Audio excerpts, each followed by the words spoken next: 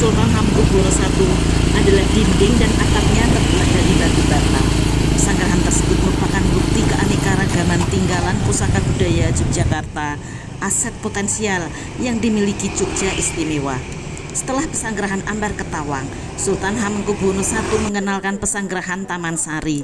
Konon pesanggrahan Taman Sari dibangun di bekas Keraton Lama Pesanggrahan Garjitowati yang didirikan Susuhunan Pakubuwono II sebagai tempat istirahat kereta kuda yang akan pergi ke Imogiri.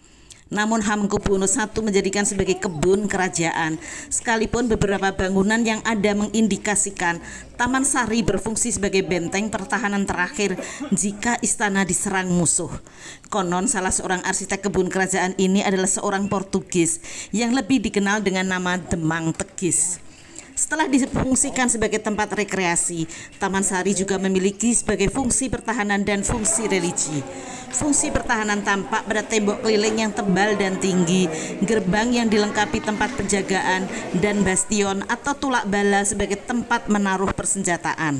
Selain itu terdapat beberapa urung-urung atau jalan bawah tanah yang menghubungkan satu tempat ke tempat yang lain.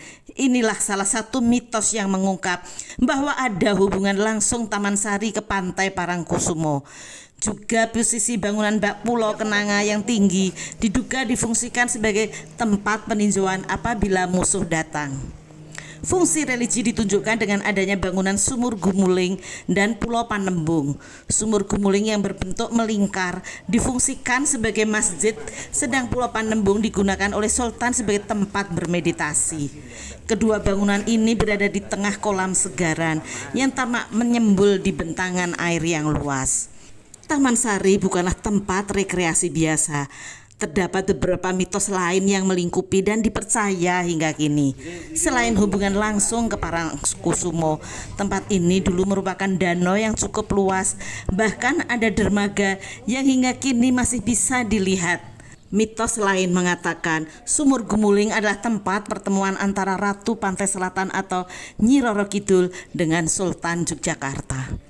Secara filosofi, pesanggrahan ini memiliki dua nilai yang ingin dideskripsikan, yakni proses pencarian kesenangan duniawi yang disimbolkan dengan taman dan kolam yang indah.